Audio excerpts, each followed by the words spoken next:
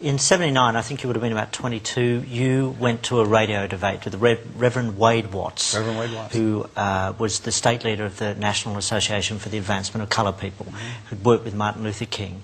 Yes. And when you got to this debate, he held out his hand for you to shake. Yes, he did. Did you hesitate?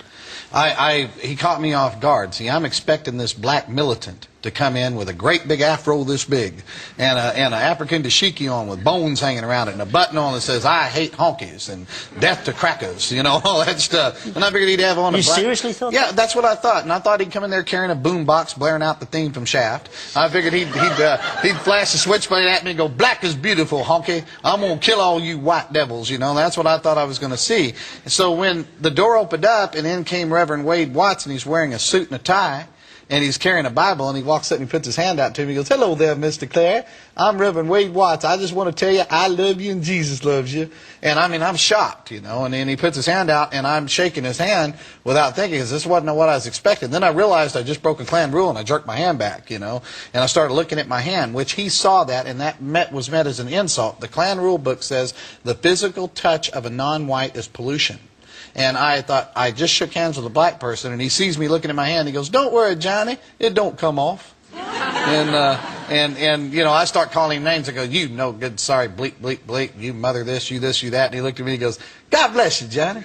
He says, "You can't do enough to me to make me hate you. I'm going to love you, and I'm going to pray for you whether you like it or not." And I didn't know how to deal with that. I had never had that happen to me before. A few years later, you burnt down his church, didn't you? Set fire to his church. See, what happened was we started off going by his house, calling him names. We got no response. Threw trash all over his lawn. Got no response. We showed up with our sheets and hoods and stood out there in his yard. Said, "Get on out here, boy. We got something for you." And he comes outside and he goes, "Boys, Halloween's 4 more months away. I got no trick-or-treat in here for you. Come back in October." And he goes back in the house. That's a brave man. Yeah, and I mean, I didn't know how to deal with this. And so the Klan goes, "You got any more bright ideas?" I said, "I don't know." I said, "I'll tell you what we'll do." So we burned a cross across the street from his house. He came outside and asked us if we needed hot dogs and marshmallows for our barbecue, you know. So finally, I said, "I'm tired of messing with him," and we set fire to his church. And they put the fire out before the church was destroyed. And I remember I called him up, disguised my voice, and I said, "Hey, boy, you better be afraid. We're coming to get you, boy. You don't know who we are, but we know who you are." And he goes, "Hello, Johnny."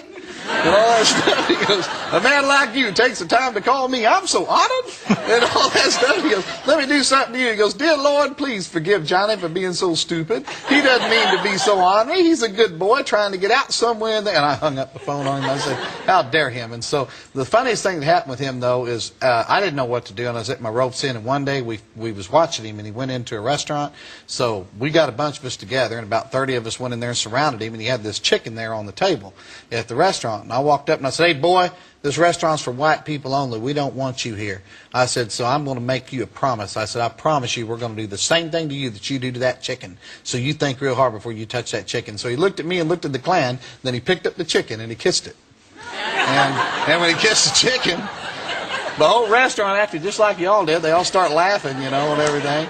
And I looked up, and even the Klan was laughing. You got to admit, that was funny. I said, "Every one of you outside." I'm outside, and they're doubled over laughing. I'm going, "You guys are going to get suspended and lose your robe for 2 weeks." I said, "I'm getting tired of this." And I'm hollering at them and yelling, and they're laughing. I heard a horn honking, and Reverend Watts is driving off going, "Bye, Johnny," you know, and stuff.